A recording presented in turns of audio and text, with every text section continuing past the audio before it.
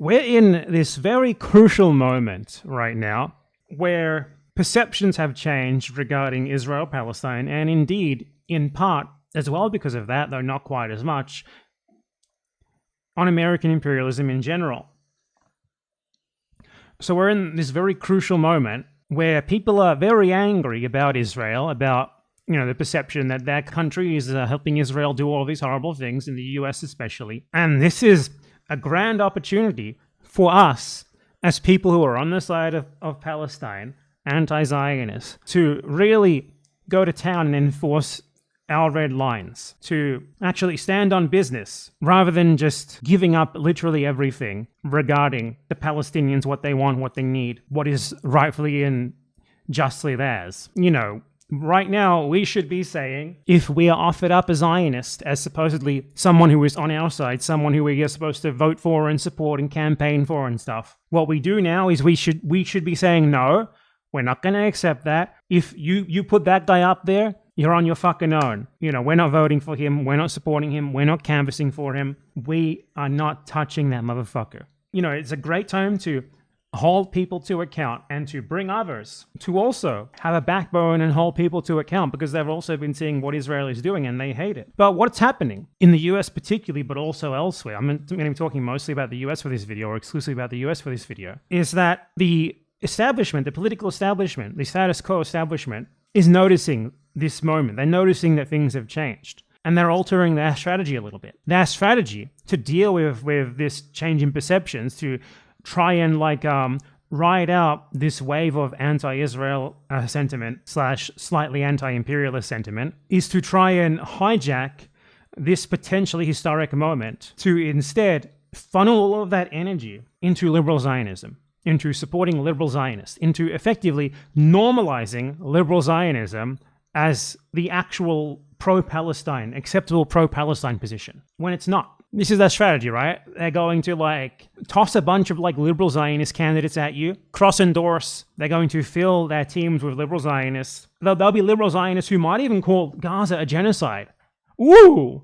But who ultimately support Israel, support Jewish supremacy, support the unjust continuation and unacceptable continuation of the Israeli ethno-state. They're anti-BDS, all this sort of stuff. They're just going to try to ride out this wave by throwing a bunch of those guys at you. And then, 5 years down the line, when everyone's forgotten about Palestine, when everyone's forgotten about the Gaza genocide, they can slowly start putting in more hardcore Zionists. They can slowly start dialing back the performative liberal Zionist pretend care for Palestinians act. They want to take all of this anti-Israel energy, channel it back into themselves, and ride out the wave until it goes poof. There are some people who previously, very recently in fact, made certain statements regarding this. Statements that I very much agree with. Here is what Hasan Piker said about how Zionists should be treated.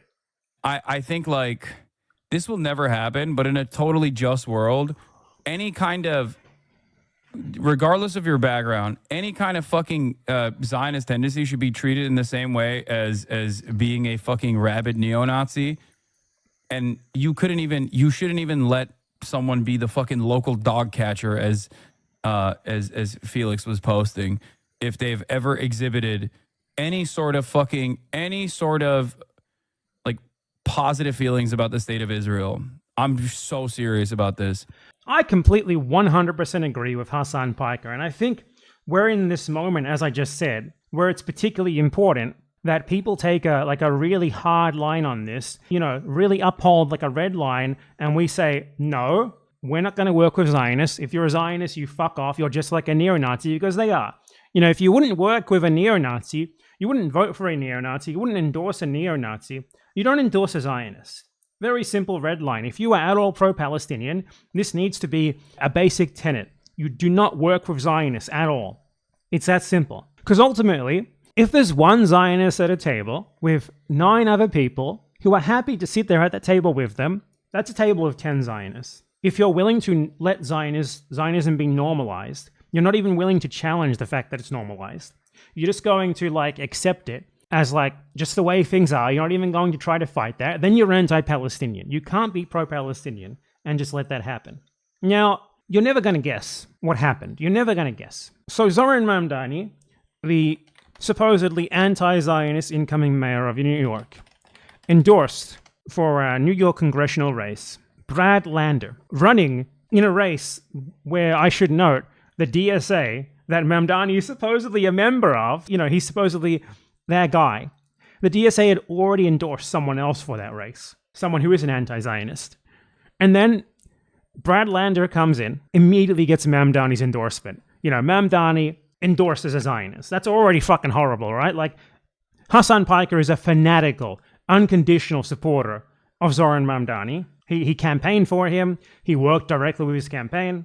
Hasan Piker said that Zionists are neo-Nazis who you should not even allow to be the local dog catcher. But paradoxically, he's fine with Mamdani working with Zionists. This guy, Brad Lander, this is obviously the first time that Mamdani has worked with Zionists. His police commissioner is going to be Jessica Tisch, very much a massive, fanatical, genocidal Zionist. Brad Lander is a Zionist, and the worst kind of liberal Zionist as well. In August 2024, full-on Gaza Genocide going on, Brad Lander posted, "This is outrageous," at Powerhouse Books. You've allowed this Zionist, i.e. me, on your premises many times to buy books, but now you won't let us speak there. He posted this because Joshua Leifer, a Zionist rabbi, was prevented from speaking by a manager at a Powerhouse bookstore arena or something, right? And Lander posts that saying, you allowed me, a Zionist, on your premises to buy books, but you won't let Zionists like me speak on your premises? I'm never shopping there again.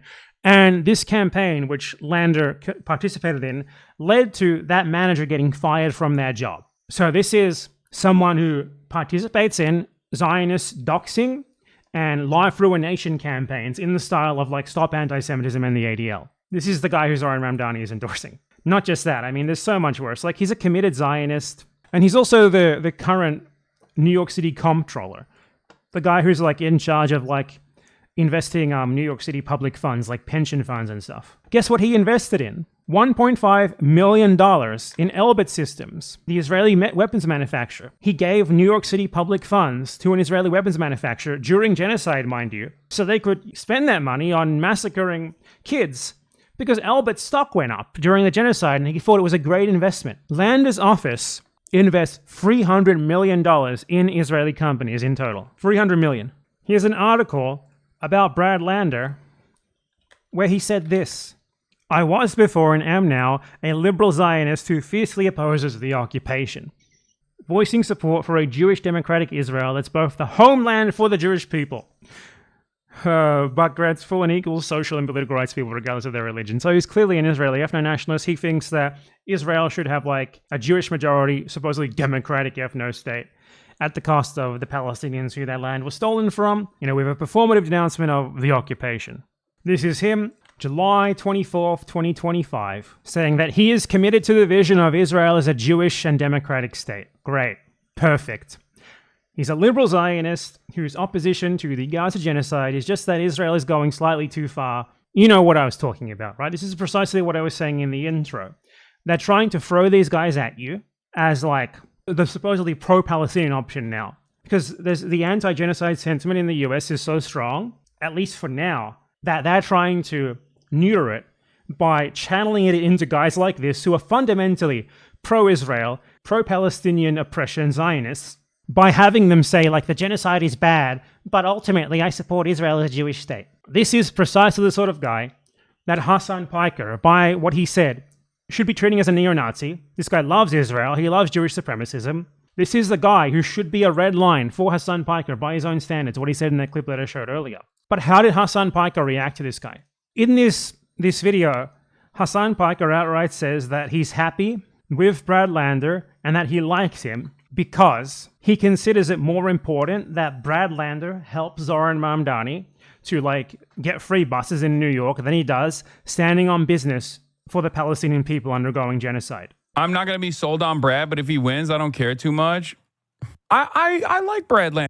So when he said the first thing there, before "I like Brad Lander," that was him reading someone else's chat, right? What Hasan Piker said in his own words is, "I like Brad Lander." This is a genocidal Zionist, anti-BDS as well, by the way. We're going to get into that in a little bit. Hasan Piker, supposedly pro-Palestinian, just immediately drops Palestine. the second like there's some sort of like potential conflict between Americans getting some sort of minor benefit from like the Zohran Mamdani mayorship, for example, or like an extra liberal Zionist congressperson. The second there's that, what does Hasan Piker do? Abandons all of his previously stated positions and beliefs. Because dead Palestinian children just aren't as important as free bus rides. He likes this guy. He's fine with the fact that he's a Zionist. It's no big deal. Like I said before, in the absence of Zohran Mamdani, in that crowded primary for New York mayor, I would have probably gravitated towards him. Like, it's just there's no red lines for him. For him, Zionism is not a red line. For him, Palestinian children can be thrown to the side. They are not as important. And he's going to say this in a second, in no uncertain terms. He has a lot of good qualities. And before people say he's a literal October 7 Lieber, brother, I think you need to understand. I think you need to understand a couple different things, okay? And yes, I know that everyone, especially this community, is going to get fucking very mad about this. But you are forgetting what he did as a Jewish human shield for Zohran Mamdani in the primary. Okay? Like, you're crazy. He did what Elizabeth Warren did not do. And not only that, but as the comptroller in New York City, he literally divested New York City from Israel bonds. So what the are you talking about? This is a real don't make perfect the enemy of the good type of situation. So previously, Zionists should be ostracized. Zionists are neo-Nazis. You know, let's take a firm line against them for the Palestinian people. Great. But here he is now, when faced with that reality, with the fact that you have to say no to a Zionist, and he's just going down a laundry list of special exceptions for why he supports this Zionist and why everyone else should also support this Zionist. Now, let's go down that laundry list, okay? The first one is what I was saying before I played that, right? He outright said, you have to understand, he was a Jewish human shield for Zohran Mamdani. Like, you know, he endorsed Mamdani. He said, this man's not an anti-Semite. I support him as a Zionist. So, when push came to shove, when it came time to weigh, well, this guy's a genocidal Zionist, versus, well, he supports the politician who says he's going to do nice things for Americans. He drops the Palestinians immediately and just supports the guy. That's what I said. To him, treats for Americans just massively outweigh dead Palestinian babies and the supporters of Israel who make those Palestinian babies die. Time to stand on business, time to take a stand, time to live your beliefs, time to maybe like choose between one thing or the other, to stand on principle for the Palestinian people as is needed to make any sort of progress at all. Immediate abandonment. No questions asked. Next thing he said, Brad Lander, according to him, divested from Israeli government bonds in his role as comptroller. This isn't true. He divested from Israeli government bonds, but not as like a stand against Israel. It was because Israeli government bonds became unprofitable. He sold them and he spent the money on buying fucking Elbit Systems stock. Lander himself made a post about this. Lander said on Twitter, this NY Post article is false. I oppose and have always opposed divestment from Israel. Our pension funds are invested in many Israeli-owned companies. All that he did is because Israeli government bond prices were dropping as a result of the genocide. As you can see, this is from March, right? So Lander sold the New York City Israeli government bonds around March, right? When they were at like quite a high. Since then, they've dropped quite a bit. So he made a sound business investment decision, not related at all to anything anti-Israel.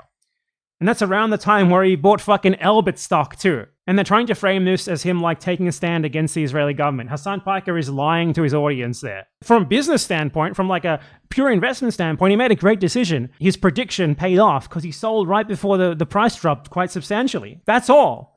It's nothing to do with like him divesting from Israel. He's not a BDS guy. He's against BDS. And he's always opposed divestment from Israel, okay? He said that himself. At the end of that clip as well, Hasan Piker says, don't let perfect be the enemy of good. And it's so fitting that he's using this phrase now, because that phrase is like literally like a Hillary Clinton wing neoliberal phrase, right? Like, it comes from neoliberals who, in reaction to criticism from the left, would say, don't let perfect be the enemy of good. Let us do this small, tiny little thing that is inconsequential compared to what we could actually be doing. In this case, what Hasan Piker is saying is that the enemy of good is taking a stand for dead Palestinian children, taking a stand for the wretched of the earth, for people being genocided. That's the enemy of good. The Palestinian people, and truly advocating for them and saying, no, we will not accept people who hate these people, who want to keep them dispossessed and oppressed. We will not accept that. For him, that is the enemy of good. What is good? Slightly lower bus tickets, I guess? And this is someone who leached so much clout, took up so much of the energy of like this historic moment to do something for the Palestinian people. He took in so much of the energy by posturing as pro-Palestine for 2 years. And the result of it is that he's going to take all the people who came to him because they thought he was pro-Palestine and turn them into liberal Zionists who think that pro-Palestinian advocacy is the enemy of good because it's too perfect, it's unrealistic. Let's support Zionists, let's support Zionism. Here is Hasan Piker himself listing the things that he is willing to overlook and support someone. From the horse's mouth.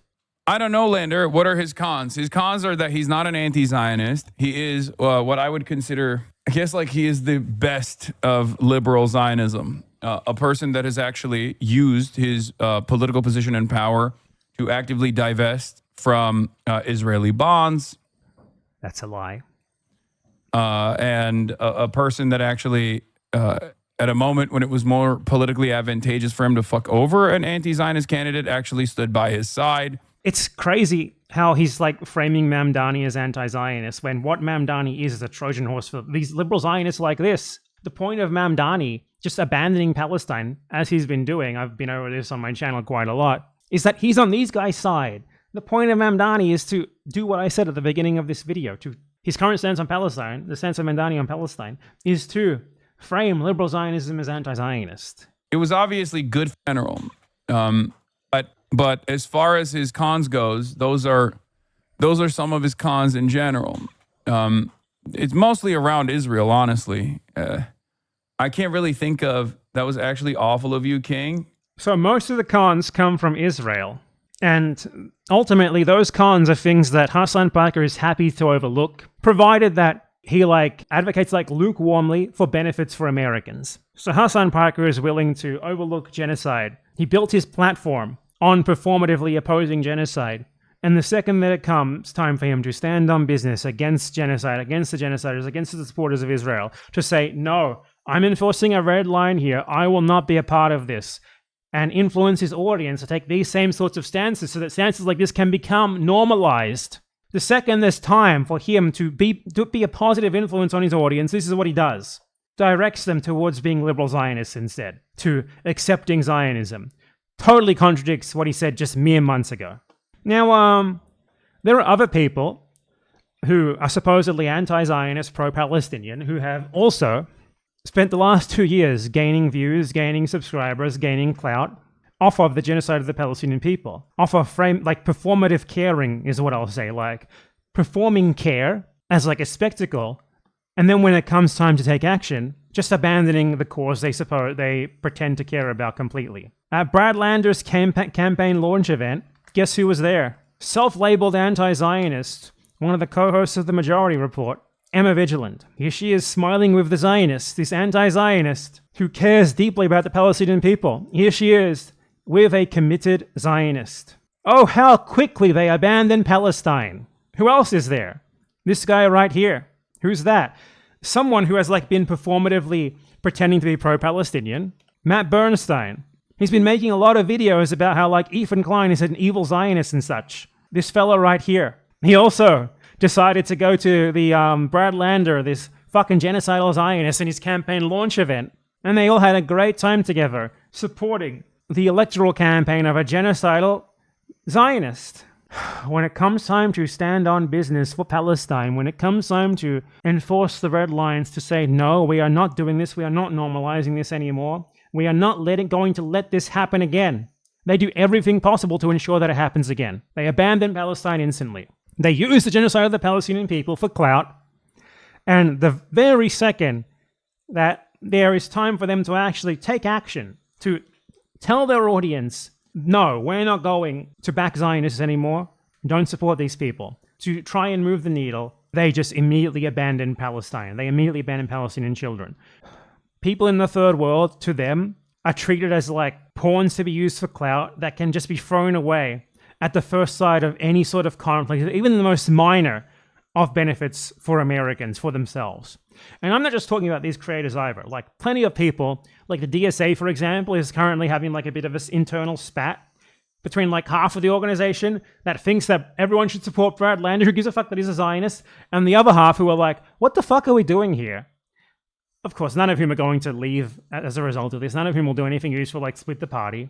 If you are pro-Palestinian, the number one thing that you need to be doing in these situations is saying, no, I will not support this. You know, maybe this guy loses the election as a result of me not supporting him, but I don't fucking care. Because the only way they're going to be able to challenge the normalization of Zionism, that Zionism is normalized like this, the only way they're going to prevent all of the potential anti-Israel energy from just totally being co-opted by the Democratic Party and its liberal Zionist wing. The only way that the Gaza Genocide could potentially result in even a smidgen of justice is if we take a stand for the Palestinian people by enforcing basic fucking red lines like no to Zionists. Basically, what Hasan Piker said in this clip before he abandoned everything that he pretended to care about to gain clout, we need to enforce.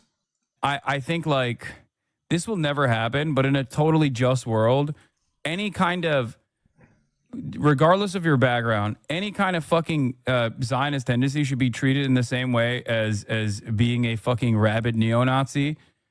And you shouldn't even let someone be the fucking local dog catcher. Yeah, completely agreed. And I just want to note as well, these people, Hasan Piker has spent like 2 years or more, his community at least has spent like 2 years, like hating Ethan Klein because Ethan Klein is this rabid Zionist. And it's true, he is a rabid Zionist. But Brad Lander is so much worse than Ethan Klein. He's a liberal Zionist, just as Ethan Klein is, in an actual position of power. He invested $1.5 million in Elbit Systems. He's so much worse. How do you possibly square that? How are you anti-Ethan Klein but pro-Brad Lander? You know why? It doesn't make sense. You know, they never cared that Ethan Klein was a Zionist. They cared that Ethan Klein said mean things about Hasan Piker. Hasan Piker had no problems working with Ethan Klein. He was a Zionist before. They had a podcast together. He had no problems until he started saying bad things about Hasan Piker. They would still be great friends if Ethan Klein just wasn't like mean to him and still had all the same liberal Zionist beliefs they did before. And that's the sad thing about it. Like, these people have no problem like denouncing people who associate with like Tucker Carlson and Nick Fuentes and stuff. People who, to be clear, have like bad beliefs, like abhorrent beliefs, but their beliefs are like in the hypothetical, right? Like, you know, they want hypothetical future genocide, which is very unlikely to ever happen. Israel is in the now. It's happening. It's for real. The ethno-state that Nick Fuentes could only ever dream of is Israel. It's been there for 80 years. If you think it's okay to endorse Brad Lander, you should see no problem with endorsing Nick Fuentes. You should see no problem with endorsing Tucker Carlson. You should see no problem with voting for Donald Trump, because fundamentally you're endorsing something very similar here. The reason why these contradictions exist is because these people are not anti-Zionists. Their actions prove that. What they actually advocate for in practice proves that. Doesn't matter how many times they say it's a genocide, Israel is bad, I'm anti-Zionist, I hate Israel, I want Israel to be dismantled. But you're not even willing to take the first fucking step to even possibly eventuate that happening ever. You are functionally a Zionist. When you support Zionists, you are functionally a Zionist. When you surround yourself with Zionists, you are functionally a Zionist. As I said at the beginning of this segment, if you sit down at a table with one Zionist and you are happy to sit there, you have no qualms about that. You're happy to sit there and ally with them and smile with them and cheer for them and say you like them. You're a Zionist. Actions speak louder than words. When it comes time for these people to influence their audiences in any way that could result in them taking effectual action for the Palestinian people, they do the exact opposite. In this moment, now more than ever, we need people to not do this shit. And I'm fucking worried because honestly, it seems like the Gaza genocide is going to be for nothing. Because at least, perhaps, we could eventuate something positive from it. Horrible as it sounds to me to say that, it's, you know what I mean. By using this moment to do something about the situation, to change how we act, to really push for things that people were too afraid to push for before, now that they're more popular. It doesn't seem like anything like that is going to happen, honestly. No one significant is advocating for anything like that. They seem to be, as I said, helping the Democratic Party appropriate this moment for liberal Zionism. How fucking sad that is. I hope I'm wrong, but my god, it really seems like that is what they're all doing. Not just these people, as I said. The rank and file as well. The anti-Zionist rank and file. They're happy with Zohran Mamdani. They're supporting Zohran Mamdani. They're not enforcing their red lines. He has a cabinet full of Zionists. He has a Zionist police commissioner. He's refusing to answer questions now on whether he'll do anything concrete against Israel. They don't mind that. They can tolerate it because they can abandon Palestinians. The Palestinians are the first thing they're willing to abandon. Now they're supporting fucking Brad Lander just because Zohran Mamdani told them to. You know, it's not just Emma Vigeland and Hasan Piker. It's the rank and file as well. The supposed anti-Zionists on the ground. What a bleak fucking situation. If any of you are watching this, I don't even know, honestly. Anyone who's gotten this far is probably already like convinced that they're with their excuses. They have a billion excuses for why actually we need to vote for the Zionists, why actually it's okay for Zohran Mamdani to support Zionism and for you to support him as he does so. That's most of them. But if there's any of you who at all are seeing this and needed a wake-up call, please fucking take this as that. You need to take a stand on this. You need to be yelling in the face. You need to be screaming at these fucking people. You need to be calling them out for what they are. Because if you don't, who else is going to do it? Everyone else is abandoning Palestine. Doesn't mean that you need to be apathetic and do it as well. Don't let them convince you with their bullshit, normalizing rhetoric that always frames Palestine as the first thing that can be abandoned, as the enemy of good, as Hasan Piker so aptly put it in his own words. They abandoned Palestine immediately. I think it was pretty obvious they were going to do it, in retrospect especially. But you don't have to do it as well. Don't be a part of this.